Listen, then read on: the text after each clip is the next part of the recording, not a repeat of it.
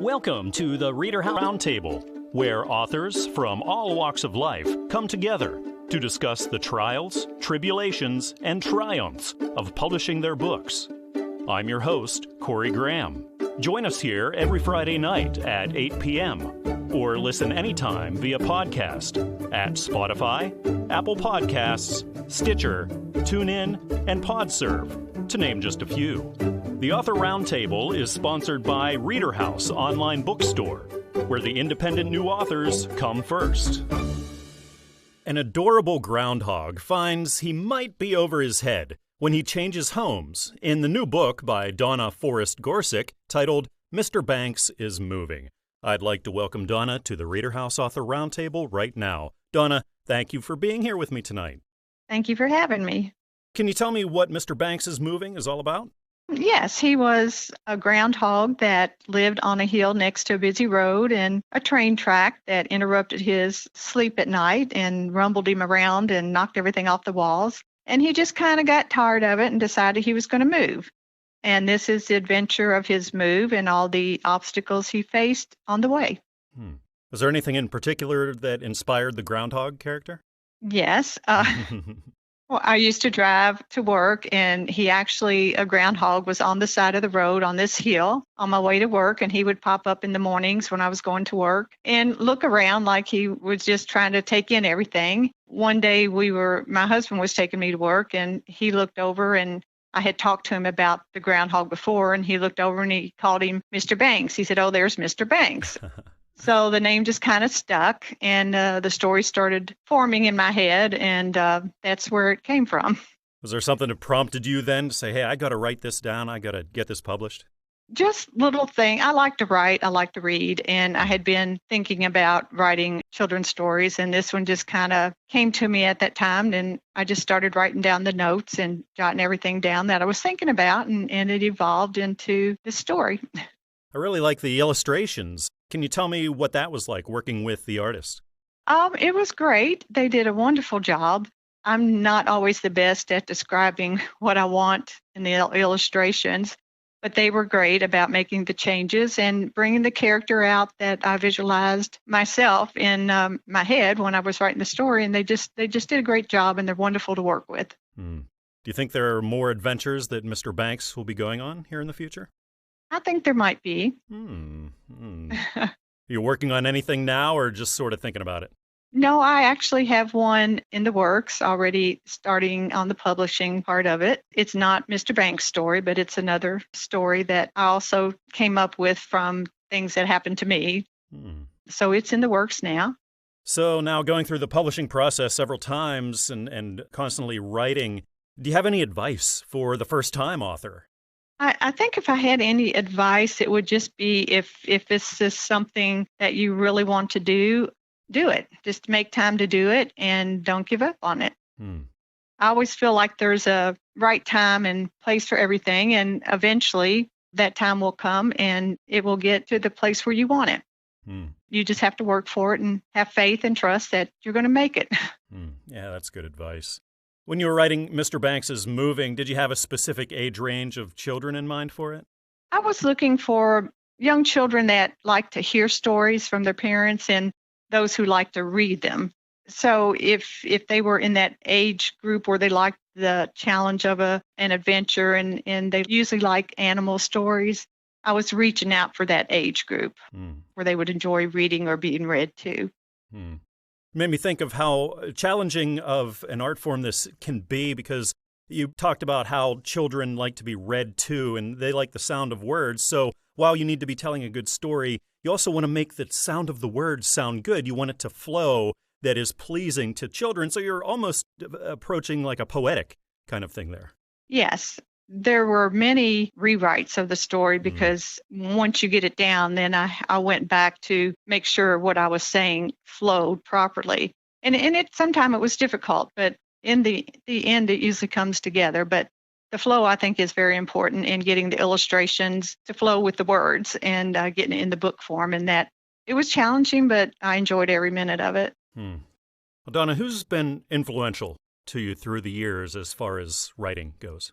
I think I was probably first inspired through my mother who liked to write poems. Then I think just kind of my faith took over and led me to the writing. And I just felt like that was something I wanted to do and could do. And so I just went with that. And I guess I got it from my mom as much as anyone. And then encouragement, of course, from my husband, who always encouraged me with it, and just having trust and faith that I could do it and would do it. Yeah, it's really important that you do have some sort of support behind you. You had your family, and that's really, really great. Oftentimes Yes. people try to take it all on their own. They think they can write a book and get it out there all on their own, but it's important not only to have that support, but then to find a good team, like a good publisher, like you did. Yes. Things seem to have fallen into place for you in that regard. Yes. Time for everything, the right time. Absolutely, absolutely. Well, congratulations on this book. Again, it's called Mr. Banks is Moving. It's by Donna, Forrest, Gorsick, and published by Fulton Books. You can find it everywhere you shop for books, on Amazon, at Barnes & Noble, on iTunes, and Google Play, traditional brick-and-mortar stores, too. Well, Donna, thanks again for coming by the show here tonight. I had a really nice time talking. Thank you so much.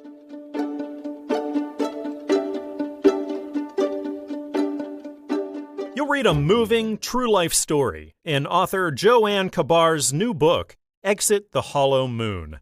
I'm really happy that Joanne is joining me right now here at the ReaderHouse Author Roundtable. Joanne, welcome to the show. Thank you for being here tonight. Oh, glad to see you. Can you tell me what Exit the Hollow Moon is about? I understand that at least part of it is a memoir, true life story. Yes, one is nonfiction, part one, and it's a true life story of the dysfunctional family I grew up in. And part B is also nonfiction creatively done about me and my friends. What inspired you to write this story? Well, I always liked to write, and I thought my mother was an interesting character. So I was inspired to write about it and to tell people that I survived. Was it a difficult story to write for you? It was difficult, yes. About how long were you working on it? A couple of years. You said you've always liked to write. Have you been published prior to this? Yes, I have been published as a poet prior to this. I really wrote poetry mostly, but I decided to write this story down. Yeah, it's a big jump. There's a big difference from poetry into the prose realm. Was that a stretch for you? Did you have trouble making that stretch?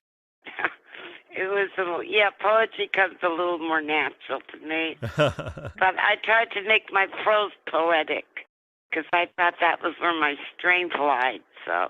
Yeah, you're used to using beautiful words in your poetry, so I'm sure a lot of that beautiful language worked its way into the prose as well. Oh, I hope so. So what advice would you have now to people who want to publish a book, they want to get their story out there? Do you have any words of wisdom? Well, don't give up. People say, oh, no one ever publishes anything, and don't do that, or work on something very small. I would say no, go for it if you really are inspired to do so.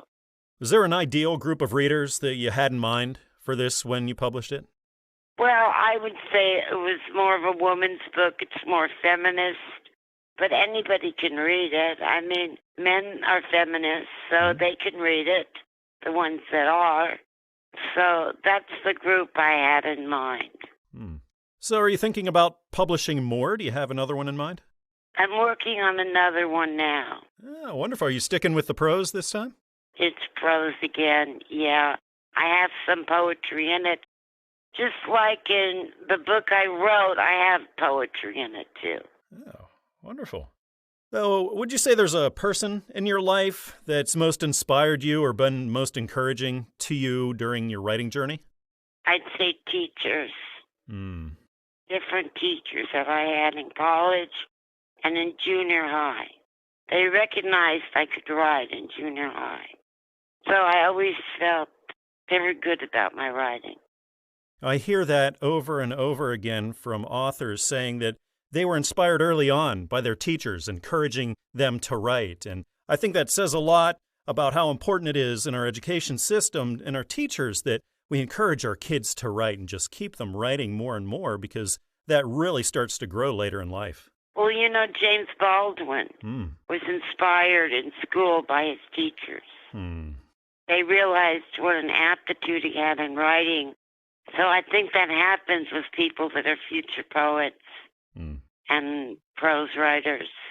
Absolutely. Absolutely. Well, Joanne, thank you for coming on the show. I encourage everybody to check this book out. It's called Exit the Hollow Moon by Anne Kaabar. It's published by Fulton Books. You can find it everywhere that you buy your reading material, on Amazon, at Barnes & Noble, on iTunes, at Google Play, traditional brick-and-mortar stores as well. Joanne, thanks again. I had a real nice time chatting with you here today. You're welcome. You have a good day.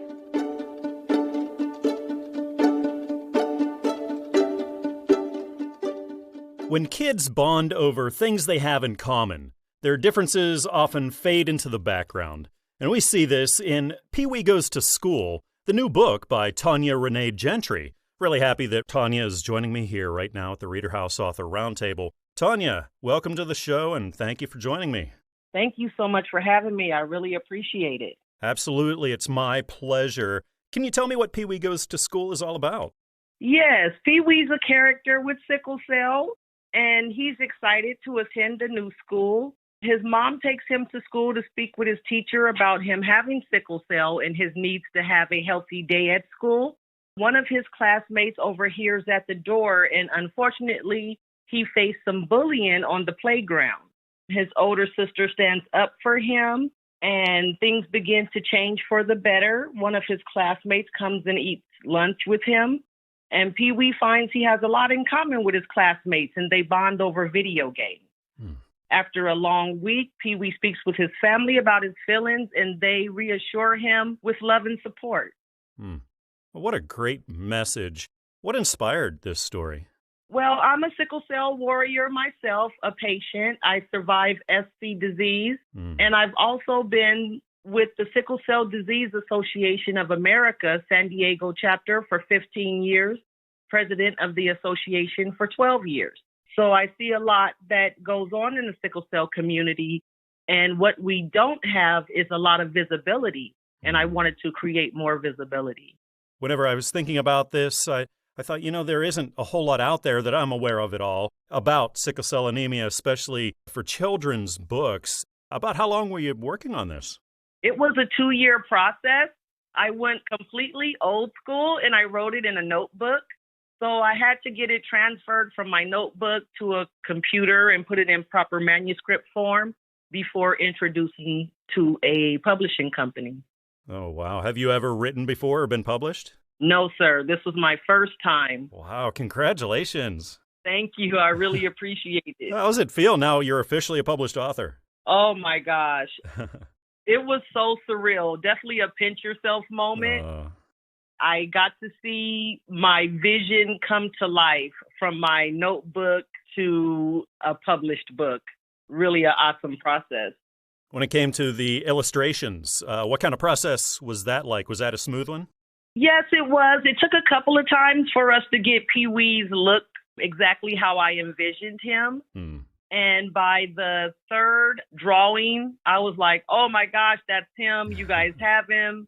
Once I was able to look in his eyes and that smile, once we got the main character drew up, it was a breeze after that. You thinking about taking Pee-wee on some more adventures in the future? Definitely. I'm actually writing my second book already. Pee-wee Goes to School is a chapter series that I want to go on. So I'm writing my second one, and I want him to be a part of the sickle cell community, to give the kids something that they can relate to and see themselves in Pee-wee. We're going to keep it going. And I think this would appeal to a much broader audience than just those who are dealing with sickle cell, because you're also dealing with the much broader topic of bullying in general, which is a hot topic right now and an important one that needs to be discussed. Yes, sir. I actually added bullying to the book when I had watched the news here in San Diego, and it said that the suicide rate between 11 and 14-year-olds had tripled in our city. Oh, my gosh. And so I thought adding bullying to the book would be ideal. so people can see what it actually does. And people think if you're not beating someone up, then you're not bullying, but your words can be bullying. Right. And it also gives the bystander a voice. Well, that's wonderful. Do you have advice now for somebody looking to publish a book for the first time? Yes. Stick to your vision. Don't mind what others say. Never give up. Keep moving forward in your process. If it's only one step a day, just make sure you keep moving in your process. Never stop until you're at the finish line. Now, as you've been writing this, can you think of a person who's been most supportive, most influential to you during the whole thing? I would say the sickle cell community, breaking the sickle silence, having Pee Wee out there so we can have a voice and a spotlight on sickle cell, and also have a voice for bullying. It would have to be our pediatric sickle cell warriors. Well, that's wonderful. And this book, there's such a wonderful message in it, Tanya. Thank you for using your talents and your gifts and your experiences to bring this to children. Again, this is called Pee Wee Goes to School. It's by Tanya Renee Gentry, and it's published by Fulton Books. You can find it on Amazon, at Barnes & Noble, iTunes, Google Play, traditional brick-and-mortar stores as well. Tanya, thank you again for joining me tonight. I had a great time meeting you and finding out about this wonderful book. Thank you so much for having me. I truly appreciate you.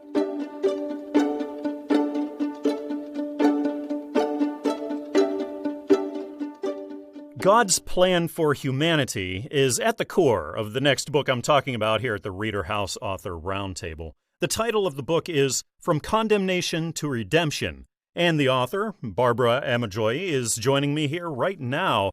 Barbara, thank you for being here tonight. Thank you. Thank you. My pleasure. Can you tell me what you've written about here with From Condemnation to Redemption? From Condemnation to Redemption just reveals the reason why Jesus came. So man lost the position with God, the position of fellowship and authority and righteousness and holiness. That position of peace and tranquility and the position of fulfillment of the call of God, man lost that when the first parents, which is Adam and Eve, disobeyed God. They were casted from the presence of God because of sin. So Jesus came to redeem us back to our position with God, back to that place of redemption, the place of authority, the place of fulfilling our calling, the place of doing what God has called us to do. So Jesus came and died to redeem man back to that place that God has ordained for man in the Garden of Eden. Now you're telling the gospel story for sure. Now, what inspired you to write the book, to put these thoughts into words and then have this book published? Was there something at this point in time that gave you the inspiration? Well, I was studying, and God just revealed to me the gift of this redemption. So Genesis chapter 1, verse 26, he said, let us make man in our image. And then he says that in that he also reveals how he's given man the authority over all creeping things, over everything on this earth. And then it took me along to help me understand how man lost it. So I personalized it, how God saved me from the plans of Satan, which is destruction, to his plan of life and prosperity of eternity. So I was very inspired by that revelation, and I wanted to share it with people that we don't have to be where we are. We don't have to be at that dungeon of lack, of failures, of depression, anxiety, and all the things that the enemy brings. We don't have to be there. We have a choice.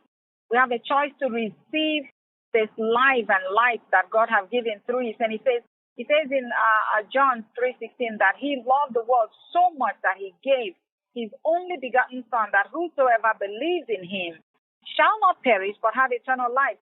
So not perishing is not just waiting till the end of your life here. I'm talking about not perishing in every aspect of your life. So it becomes the kingdom of God is here within us. Means everything that God has ordained for us in this life, we can start from here. We start from here in the life of worship, the life of thanksgiving, of prosperity, spiritual, physical, everything that God has ordained. That is, the kingdom of God is within us, which is Jesus who have come to fulfill all righteousness. And Jesus came so that we can walk in that righteousness that he has fulfilled. I understand that a lot of this message came to you after doing a Bible study, and your son was actually very encouraging to you to write this. Can you tell me about that? I was having a church with my son and another pastor where he used to live in Louisiana. And as we were going along, the Lord inspired me to start a Bible study. So I started a Bible study here with Terri TV. And sometimes I'll post it on Facebook. But as I was doing that, I believe I was teaching on baptism, what baptism means, why Jesus had to be immersed into the water and taken out of the water. So the revelation of what that meant, I was teaching on that, meaning when you are immersed in the water, you die with Christ, and then you rise up in righteousness. You rise up as he rose from the dead, so which is signified by you getting out of the water. So my son said, Mom, I have not heard this like this before. You better be putting this thing down. So when he said that, it is like I heard the voice of God that I need to put all these in writing. Yes. It's great when you have family around who's so encouraging and loving and want to support you in what you do. Yes. Do you have advice for people who are looking to write a book to get their message out there? Any words of wisdom? Yes, anything. And the only thing I can tell you, because we have everything against us here on this earth to distract us from the calling of God. And God does not have to come. You don't have to hear that voice from heaven say, hello, go and do this. Right. So, it would drop that in your spirit. He would just drop that in your spirit because that still voice. So my encouragement to anyone that have heard that still voice to write anything, don't worry about your time. Don't worry about what anyone is going to think about it. Just do it. Just do it. As a matter of fact, if you look around, distractions are all over the place. So the best thing is just do it. Don't think about it. Just go ahead and do it. And then later on you find out it is really God. And of course, if it is not God, you humble yourself and turn around and say, okay, I guess I missed it. But in most cases, when that still voice, when he says, my sheep hears my voice, and if you are his sheep, you're walking in his light, you will hear his voice. He communicates to everybody. So my encouragement is whatever it is that God has put in your heart, just go ahead and do it. If he has put in your heart to write about this or whatever it is, just do it. Great advice, great words of encouragement as well. So do you have plans from here? What are the chances of you publishing another? Yes. As a matter of fact, yes, I have one in the cooking. Oh, fantastic. Yes. Yeah, so where are you in that process? Are you following along the lines of From Condemnation to Redemption, or are you tackling another topic? It's actually another topic, but also they all evolve from that redemption. Yes. Well, that's fantastic. Barbara, thank you for putting your message out there. The title of the book is From Condemnation to Redemption. It was written by Barbara Amajoyi and is published by Christian Faith Publishing. You can find it at Amazon, Barnes & Noble, iTunes, traditional brick-and-mortar stores as well. Well, Barbara, it was really nice talking with you tonight. Thanks again for joining me here on the show. Thank you. Bye-bye.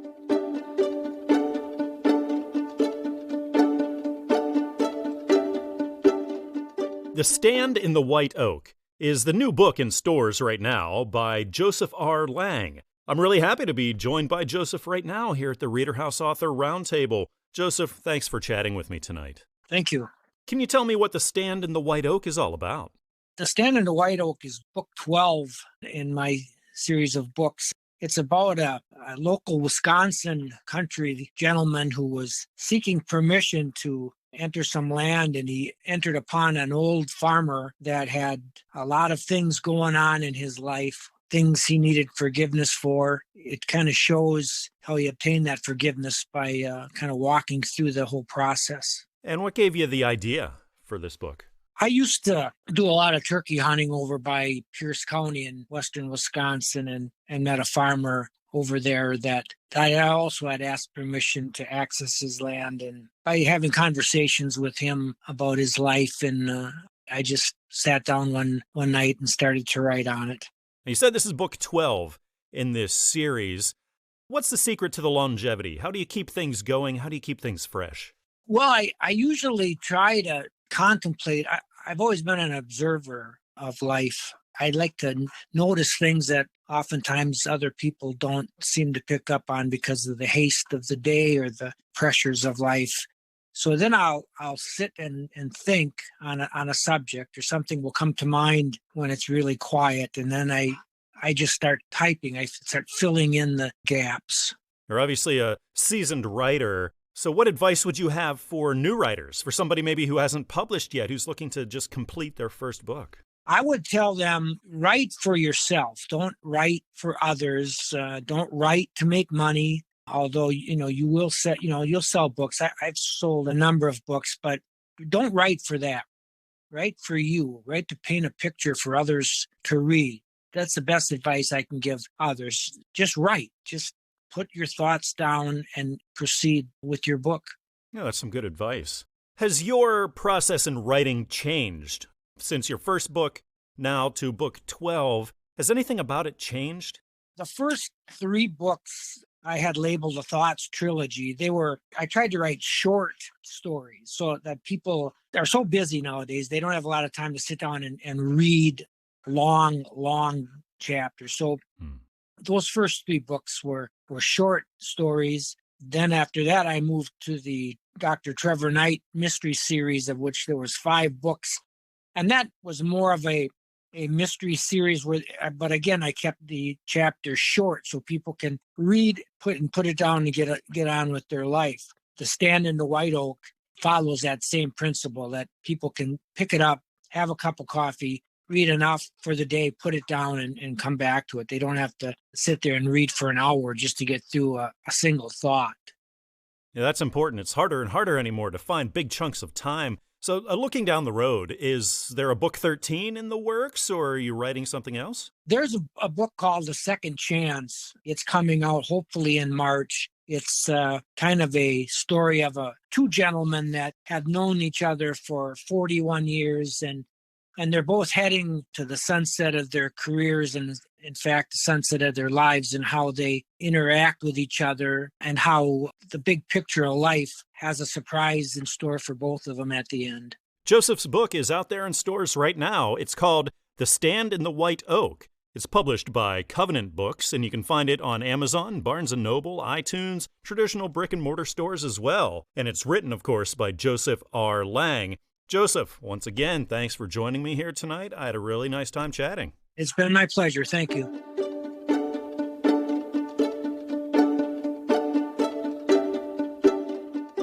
Author Terri Beavers asked the question, does God still speak to his children?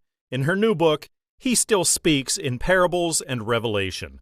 I'm happy to be joined by Terri right now. Welcome to the show, Terri. Thank you for being here with me tonight. Thank you. Can you tell me what your book, He Still Speaks in Parables and Revelation, what it's all about? Well, it's composed of short stories about different lessons that I received from God as I would take walks in the morning, or even doing dishes through the day, at night, just whatever. I would open up my heart to hear what he had to say. Over how long of a time period did you collect these? Well, I've actually done this from as far back as I can remember. I just write my thoughts on notebook pages, and I actually just took all these writings together and put them together in a book form. What inspired you to put them in book form and then get them published? Well, I've always been one to write my thoughts down, and my family was always telling me I should make a book, and then one day I just decided to put them all together and send my manuscript to see what happens. And is this your first book then? It is, yes. Congratulations. That's a huge, huge accomplishment. How's it feel to have a book out there? You're officially an author now. Yeah, it really feels good. I'm grateful, I'm thankful, and I feel accomplished. Are you thinking of maybe writing more and getting another book published?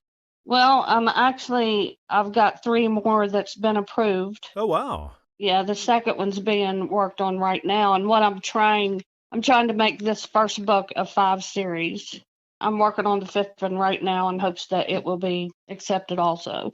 So do you have any advice now for first-time authors? You know, you've just taken that journey for the first time. You've discovered the editing process and the publishing process, how that goes. Do you have any advice now for somebody who's going to take that same step?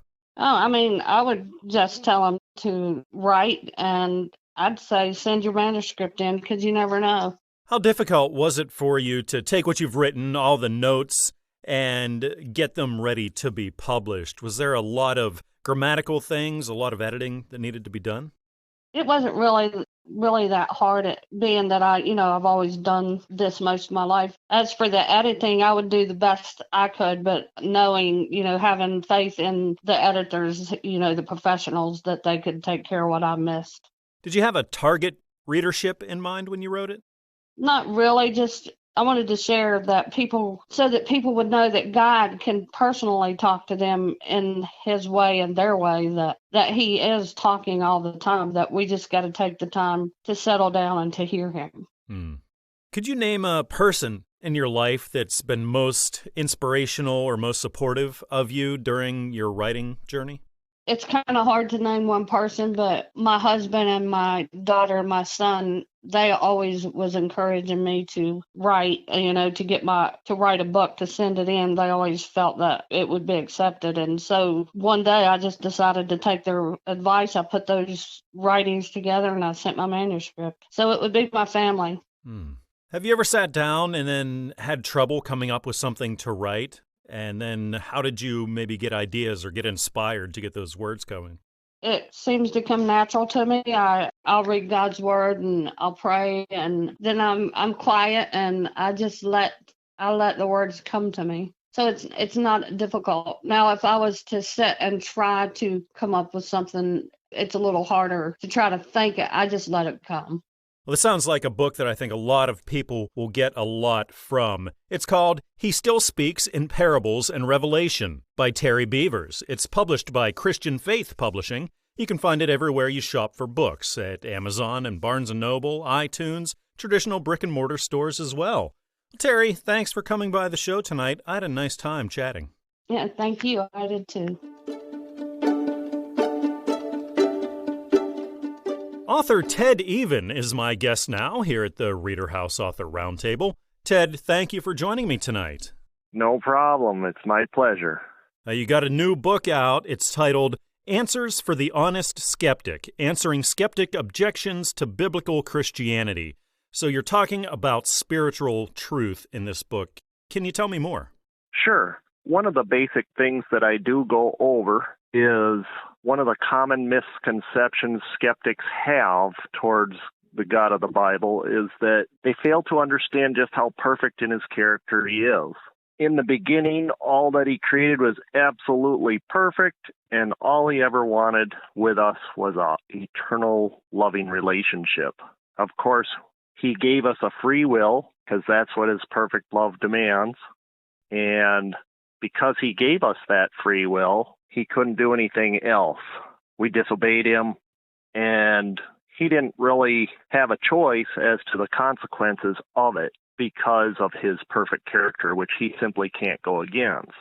And a lot of people don't understand that if God went against his character for even one moment, he would cease to be an eternal being, and none of us would even have a heaven to go to, if that makes sense. It's not even a choice for him to go against his perfect character, and I'm trying to help the honest skeptic understand why God allows all the evil and suffering in the world.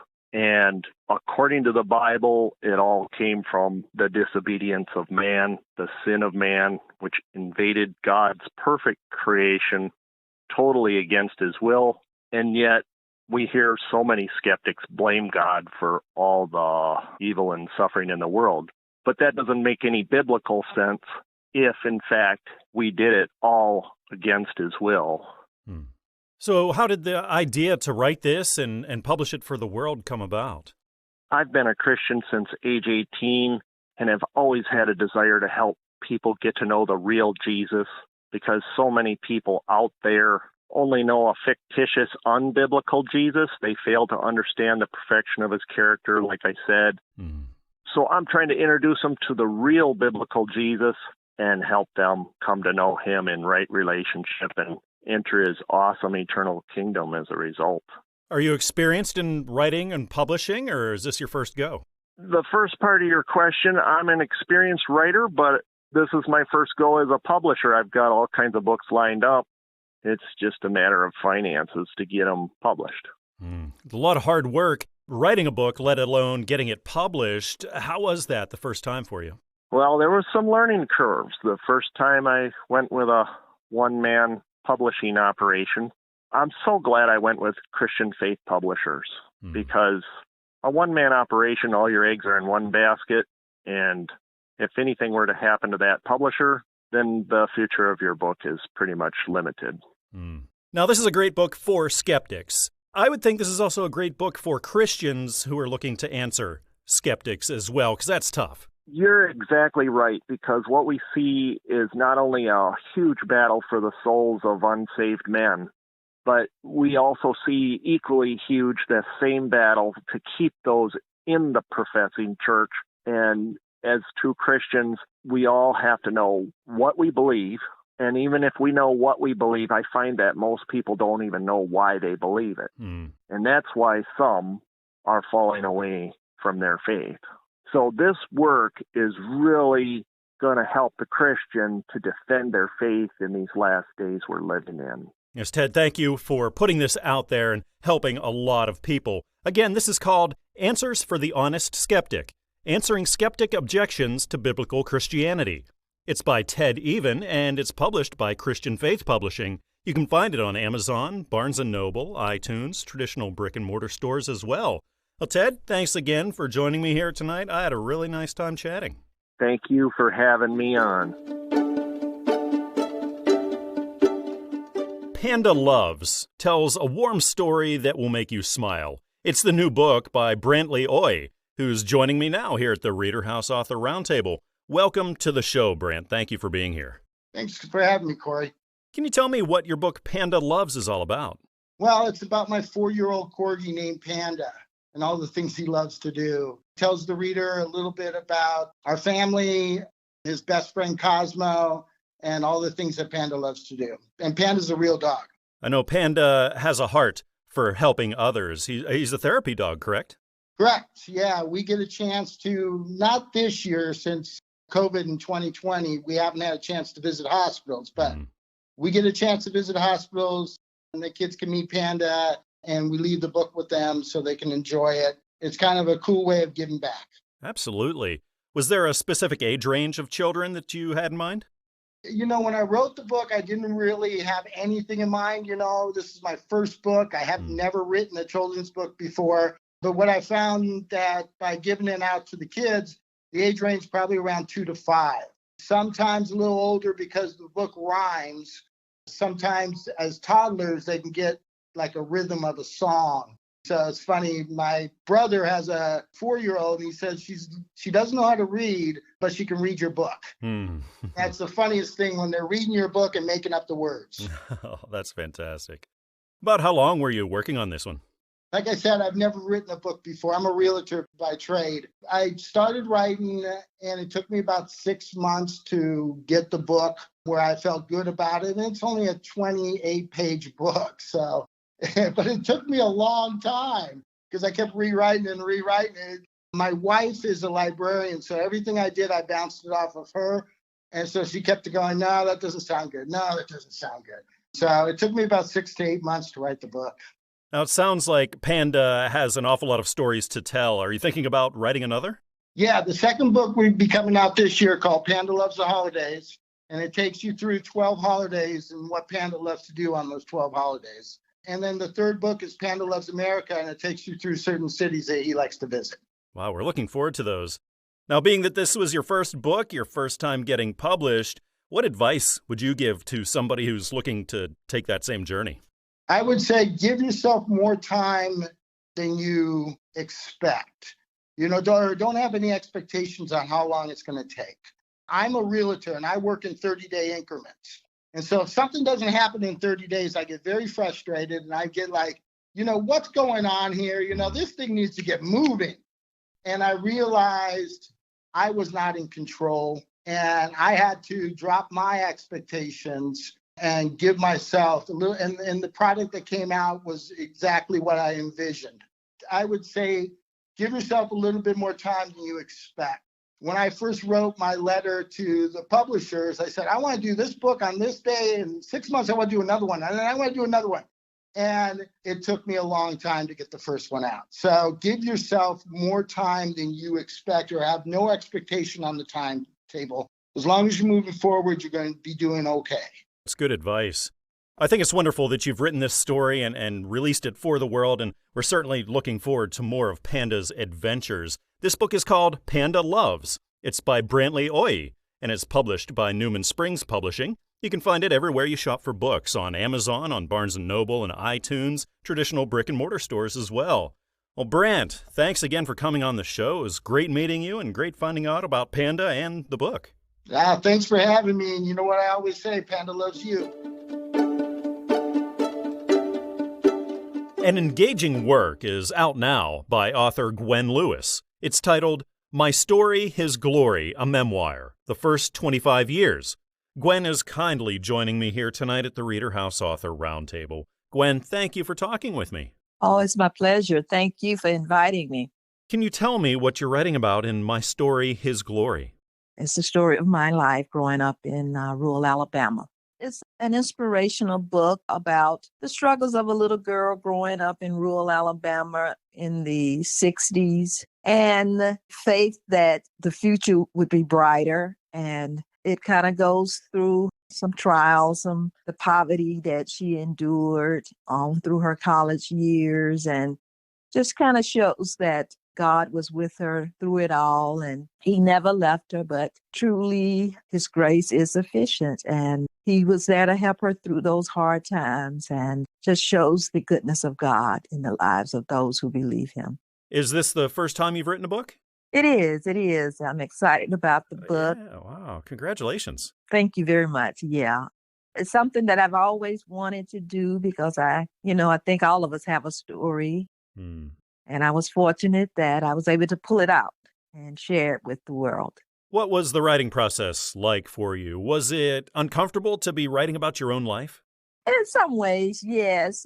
There were some times when I sat down to write that reliving some of those memories, I have to admit that it brought feelings of shame and pain. I did shed tears as I thought of some of my siblings and some of the people I grew up with who are not with us now.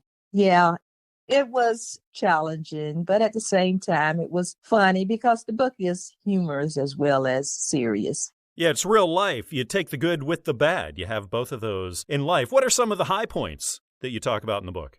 I think when I was able to graduate college, I talk about when I met my husband, and those are some of the high points, I believe.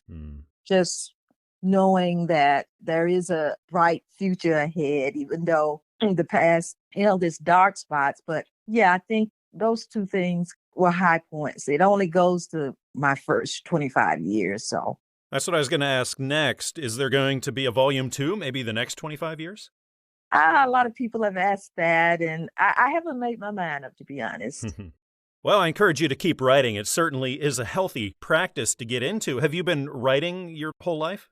Oh, yes. I started journaling when I was 20, and I have journals from all those years, and I journaled this morning. So, yeah, I continue to write. That's great. What advice would you have now to other first-time authors who are looking to write their first book and then go through the publishing thing? I would, first of all, tell them to convince themselves that, yes, your story is worth writing, be it fiction or nonfiction.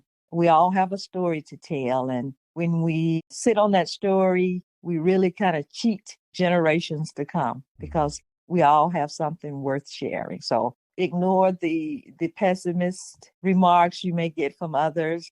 That story is in you and you have a right to bring it out. So yeah, and do research as far as your publishers go and how to put pen to paper. Just don't discount your story.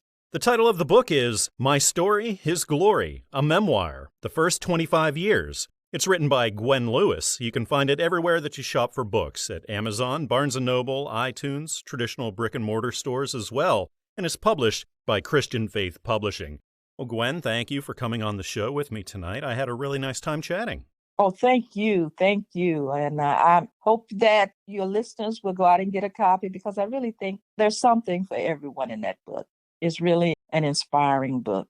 Thank you for having me. Author Robert Porter has a truly remarkable story to tell about his salvation in his new book, Salvation, Before and After. I'm really happy to be joined by Bob right now here at the ReaderHouse Author Roundtable. Bob, welcome to the show. Thanks for being here. Well, thanks for the opportunity. I appreciate that. It is my pleasure. Can you tell me about your book, about salvation before and after? When you read the book, you'll find there's a lot of things that we talked about, or I talked about, in the before and after situation, and how my life was prior to that and how it was after salvation. And for years, I've had many friends of mine and people that I knew. I was asked to go to speaking tours on Promise Keepers and major churches and things. And everybody kept telling me I need to write a book on it. However, 30 to 40 years passed before I finally did do it. And I guess I just had time on my hands here with this pandemic thing, so I went ahead and put it together. That's kind of how it came to be. That's what I was going to ask, if something had prompted you after all these years to go ahead and get it ready to be released to the world. Part of the reason for that, though, was this. I'm also involved in a what's called the Safer Community Prison Ministry here in the Charlotte metro area. And then that ceased when this pandemic thing happened. So I was not able to go in, and we used to go in every Thursday evening and meet with the inmates and so forth and get testimonies and meet with them one-on-one. It was a wonderful time to help touch lives in that situation. But when that happened, everything came to a standstill. So one of the purposes of my book was to perhaps get this in the hands of inmates, and because they do accept books at various prisons and jails. And so that was one of my major, and that's my target market, if you will. People that have been involved with alcohol, drugs, opioids, terrible life situations, and they're looking for answers, looking for help. And sometimes they've just given up. Because of my testimony, it has been able to make an impact on their lives. But I've got to confront them with it. I can't do this, remotely, and that's why it prompted me to do the book. Now, your past experiences certainly qualify you to be able to tell people and to deliver this message of hope. But like I said, you were really down at rock bottom before God brought you back up. I was. Well, as the book says, I got to a point where I was so disgusted with my life and in the situation that I had started to live in, and I just couldn't stand myself, to be honest about it. And so I tried to cover up my misery, if you will, with drugs and alcohol, and generally just sort of flake out on the world. I didn't care. The book talks about how that salvation came to be and how the Lord spoke to me during that time. That's when in my life just literally took a change for the better, obviously. Yeah, and it's great that you've written about it. What advice, now that you've gone through all this, what advice would you have for aspiring authors that want to get that first book out? I think the best thing for me, never having done this before and not having the experience about any of it, was to get online, and I did find things that it told me what I needed to do, at least to start. Just put the thoughts down on paper, and you don't have to work it all out at the beginning. Just put random thoughts down, and just, as I said, check your past, your pictures, photographs, friends, family, etc. If it's about a nonfiction sort of situation, it's a little different than it would be, of course, if you're just doing a novel. I think the best thing to do is just get information down on the paper, or at least on the internet, or on your computer, and then go back and massage it, because you got time. It just doesn't happen overnight necessarily. So exactly. Don't give up on it, in other words. What a wonderful story you have to tell, and thank you for offering this to encourage and help others. This is Salvation, Before and After by Robert Porter. It's published by Christian Faith Publishing. You can find it everywhere that you shop for books, on Amazon and Barnes & Noble, iTunes, and traditional brick-and-mortar stores as well. Well, Bob, thank you again for joining me here. I had a fantastic time chatting with you. Well, thank you very much for calling. I appreciate it. Have a blessed day. We hope you enjoyed this edition of the ReaderHouse Author Roundtable, where authors from all walks of life come together to discuss the trials, tribulations, and triumphs of publishing their books. We hope to see you back here every Friday night at 8 p.m. or listen anytime via podcast at Spotify, Apple Podcasts, Stitcher, TuneIn, and PodServe, to name just a few. The Author Roundtable is sponsored by ReaderHouse Online Bookstore, where independent new authors come first.